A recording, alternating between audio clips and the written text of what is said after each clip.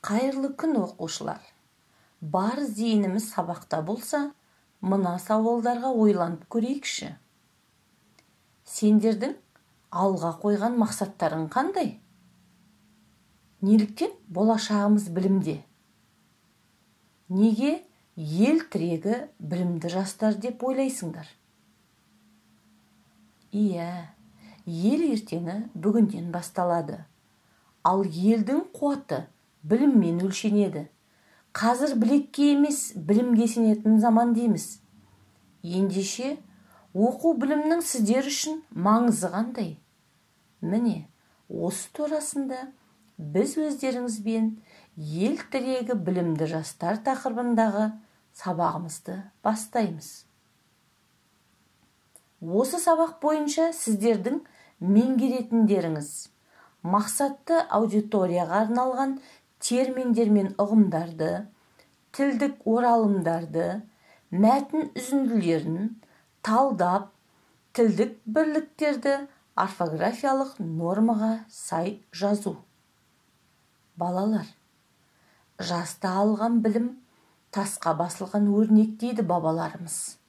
Мұны қалай түсінесіңдер? Ендеше, осы ойды тарқатып терең түсіну үшін оқылым мәтініне зер салайық. Мұқият тыңдаңыздар. Қадірлі ел жастары, білім жолындағы жас қырандар, ықылым замандардан қалған білекті бірді, білімді мыңды жығады деген аталы сөз бар. Қазақтың бұл мақалының өзектілігі бүгінгі таңда тіптен айрықша. Бұл заман білекке емес, білімге сенетін заман. Заманауи әлемде елдің қуаты ең алдымен азаматтардың біліммен өлшенеді. Сол білімді қажетке, тұрмыс игілігіне жарата білуіңізбен ғана бағаланады. Инемен құдық қазғандай қиын, күрделі, орасан қажыр қайрат пен ерік жігерді талап ететін білімсіз өмір тұл.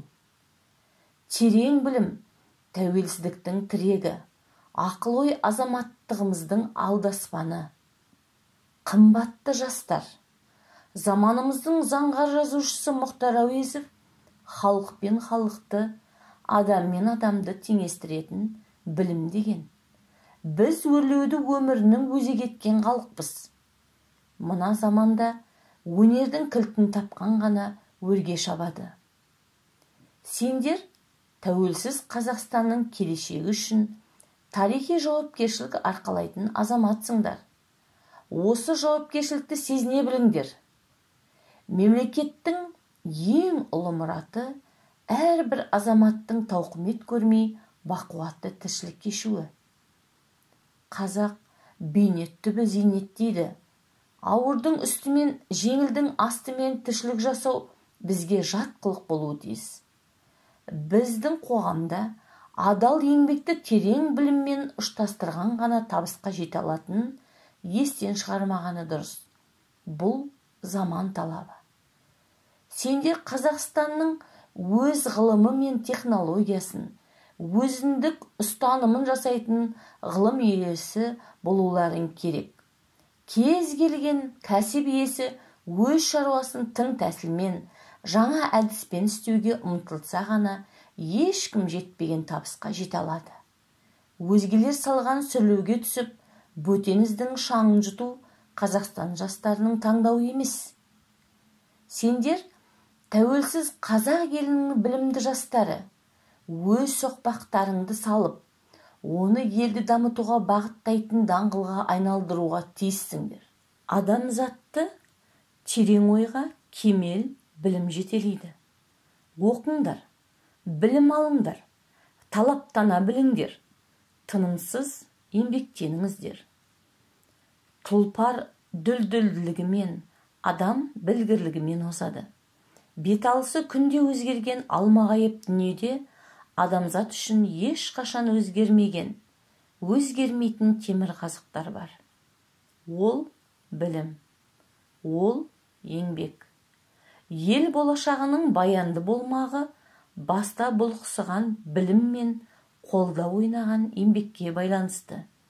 Ендеше білімдерің толыссын, еңбектерің жансын. Бұл мәтін кімдерге арналған? Неліктен? Олай болса, мәтіндегі негізгі ой қандай? Жақсы, балалар, осы мәтіннен алынған мына сөз орамдарының мәнін ашып көрейікші. Аталы сөз, еңбегі жану, қолда ойнаған еңбек, бөтен іздің шаңын жұту. Жазып болсаңыз, дұрыс жауаптармен салыстырып көрейік. Аталы сөз ата-бабаларымыздан қалған нақыл сөз. Еңбегі жану, нәтижесін көру, жетістікке жету. Қолда ойнаған еңбек, жарқын болашақтың көрінісі. Бөтен іздің шаңын жұту, бөтеннің еңбегін пайдалану.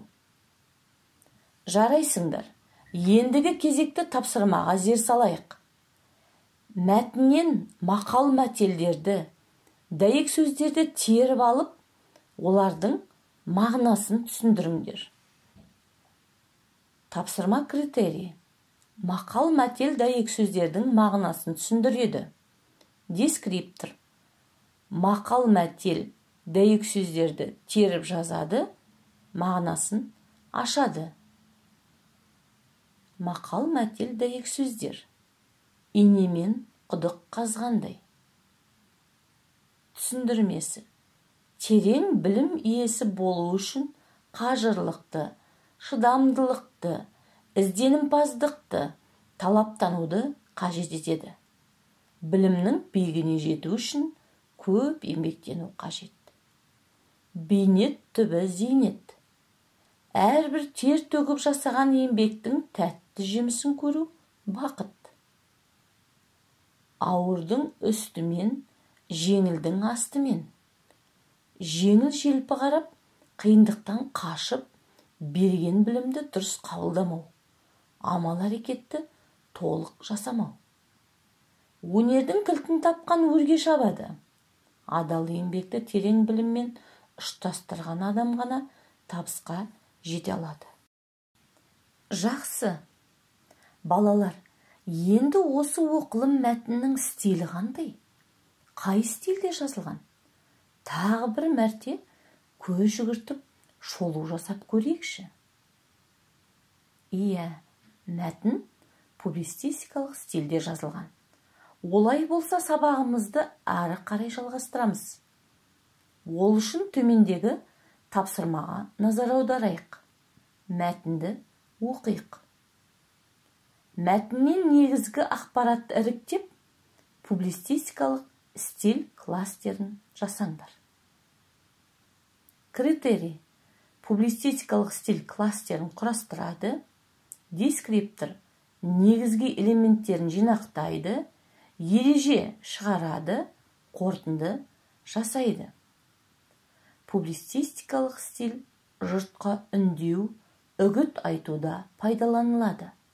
Мұндай үндеуге, үгітке қоғам үшін және дәл сол кезеңде зор мәні бар мәселелер тақырып болады.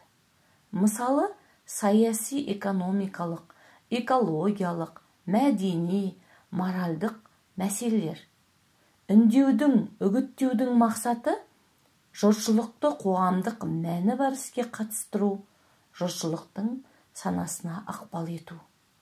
Публицистикалық стилі фактіні толық әрі жүйелі баяндау тәсілі жағынан ғылыми стильге, образды сөздерді қолдану сипаты жағынан көркем әдеби стильге жақын. Публицистикалық стиль жазбаша және ауызша түрде қолданылады. Жанрлық түрлеріне репортаж, бас мақала, ақпараттық хабар, очерк, сұхбат және тағы басқа жатады. Жақсы. Ал енді сабақтың мақсатына сәйкес тілдік бірліктерді орфографиялық норма бойынша жазу үшін мына тапсырманы орындап көрейік. Тапсырма. Төмендегі мақал мәтелдерді, тіркестерді орфографиялық нормаға сай жаз. Критерий. Орфографиялық нормаға сай жазады. Дескриптор. Сөздердің айтылуы мен жазылуының ерекшелігін ажыратады. Ережеге сай жазады. Мақал мәтелдер, тіркестер. Білім инемен құдық қазғандай. Көп жасаған білмейді, көп көрген біледі. Ұлық болсаң, кішік бол. Үздік оқушы. Жазып болсақ, төмендегі жауаптармен салыстырайық.